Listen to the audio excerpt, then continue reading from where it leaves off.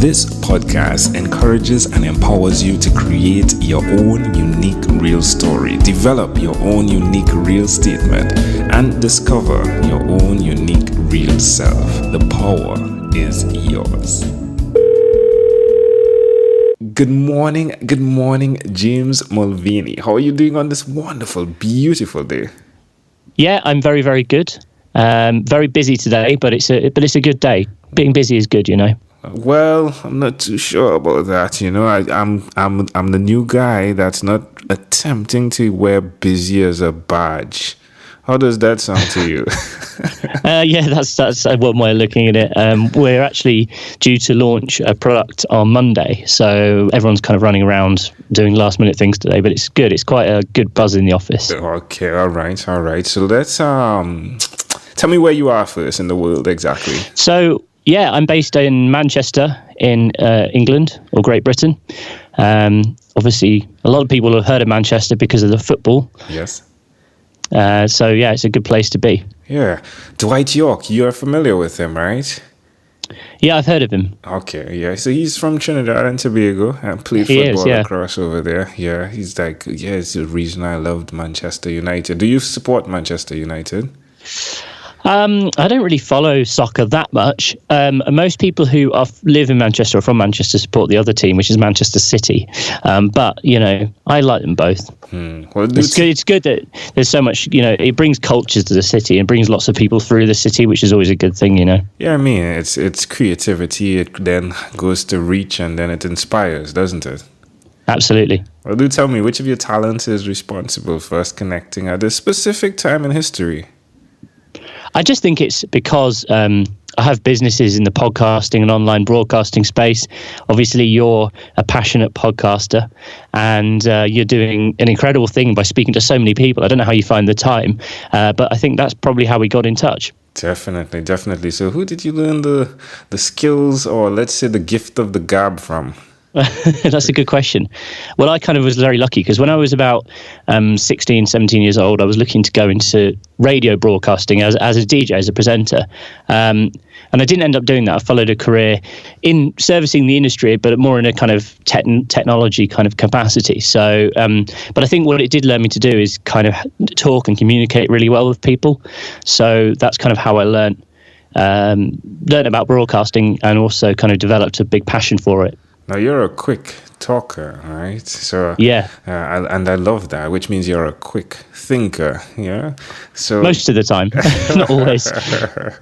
So who did you learn that from, the business part of life? You know, I learned it really, I kind of just mainly self-taught. I mean, I love being involved in industry. Podcasting, especially at the moment, is growing really rapidly and it's a very exciting place to be in. And also, you know, audio's been around for years. It's the oldest form of communication. Obviously, we've been speaking to each other since we were cavemen, before things like the internet existed and even things like radio and TV, you know. So I think it's a good place to be in. I think the better you can become at communicating, the more results you'll get, whether you're in working for someone else or running your own business. It doesn't really matter. I think communication is always going to be key. Definitely. Now, what's the name of your podcast? My podcast is called Create, Reach, Inspire. CRI. Oh. CRI, but don't cry. Why will you continue to be this person? Whether the industry is going up, whether it's the new thing, it's a new fad, why will you continue to be that person who enjoys what you do through creativity, through reach, through inspiration? You know, I think one of the things I like about running businesses is actually creating jobs for people. Kind of gives me a big sense of satisfaction. And we've grown the team quite a lot this year. And it's great to be around such interesting people who have got, you know, come from the best backgrounds. But it could be people who are in technology. It could be people who are creative. I just think putting everyone together in a room is really interesting. And that's one of the things I like most about doing what I do. Community. It's amazing. Yeah. Community, yeah. Definitely. Community, not customers as well. You know, you need to treat your customers as if they are a part of your community. I think that's really important. I totally agree. All right. Where's the best place for someone that's listening to connect with you? You can reach me on LinkedIn just by searching James Mulvany. and I'm on Twitter at James Mulvany as well. Love it. Tell me one other thing, James, you've done consistently over the last 3 years, please. Focus on growth and delivering sort of exceptional service to customers, and making sure that we're producing good results, and really passionate about creating a good product and, as I say, giving good results to people. Being that guy that was focusing on these things, how does it make you feel from then to now? I mean, it's good most of the time. Sometimes it can be a bit stressful, but most of the time, it makes you feel good. You want to be in a situation where you're trying to win. For those out there who are similar in business, doing the community building, doing the podcasting, I would suggest they do what you've done by being that person who's focusing on those things. You caught me off guard here. So can you repeat the question? Sure. It's really good to know I caught you off guard. I feel great now. Yeah.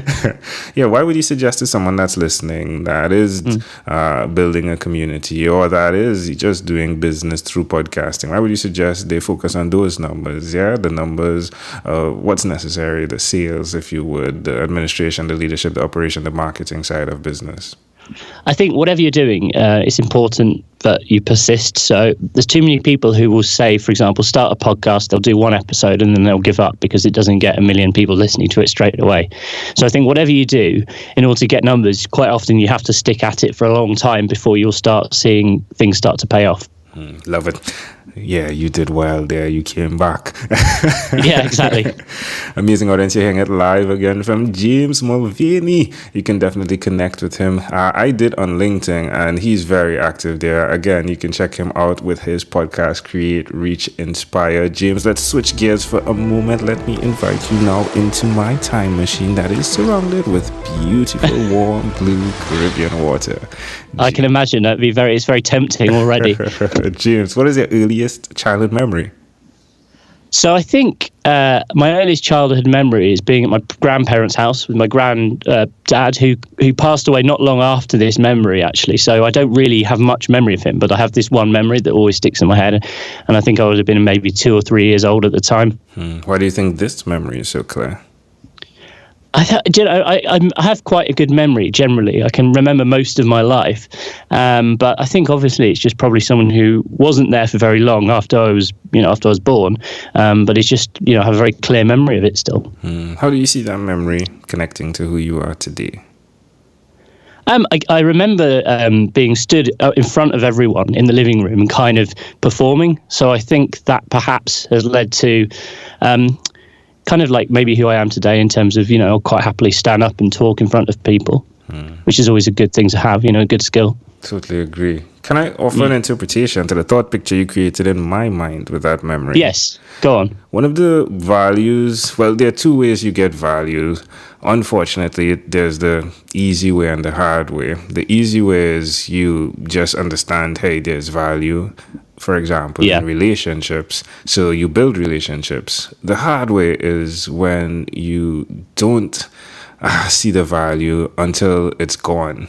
That's true. See in that imagery, and you not having that or even more memories with your grandfather, but then to understand the value of relationships today, because they may be gone, right? You may lose that person, and to see that you're that person that's making sure you build value into your daily life, I just love how that connects. I think also having clear images in your head, for me, this always works, of where you want to go or who you want to be. And quite often if you can make those images vivid enough, they then will more than often come true. Yeah, totally agree. Yeah, it's like, do the vision board, right? Yes, it helps. exactly. Draw the path, draw the map. Wonderful. If we fast forward to when you were 12 years old, what was your favorite song? The favourite song when I was 12, Chemical Brothers, Hey Boy, Hey Girl. Sweet. And that was around 1999. And, it was a really exciting time for electronic music. And that brings back a lot of memories of really hot, warm summers and just being, a happy, fun-loving kid. Love it. Well, James, we've arrived at our destination. But before we get off of this time machine, there's a small declaration form. So it's yes or no. We're going to move pretty quickly here. Are you ready? Sure. James, have you chosen someone to pass on your skills to?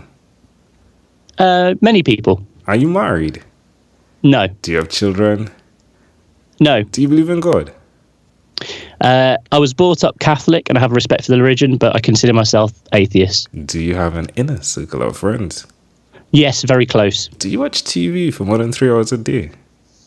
Sometimes. I don't always like TV, and sometimes I do and sometimes I don't. All right. What about screen time? The phone and or the computer? Is it more than 8? Okay. Very, very addicted to my phone, I'm afraid. Let me get to the end of that question, folks. All right, my friend. If you had to share with us your own unique real statement, a statement that represents James Mulvany, what would you say that is? Oof. Create a podcast, reach the world, inspire people. Love it. James Mulvany, this was a great pleasure. Before you leave, is there anything else you'd like to share with our amazing audience? Yeah, sure. We're just about to launch podcast.co. So if you're interested in starting out in podcasting, go and check it out. Definitely. Podcast.co. James Mulvany, thank you for being on What is Inspired by 12-Minute Convos with Angel Jones. Thanks very much, Angel. It's been a pleasure speaking to you. You're welcome. My pleasure as well. This segment has been brought to you by Amazel Enterprise.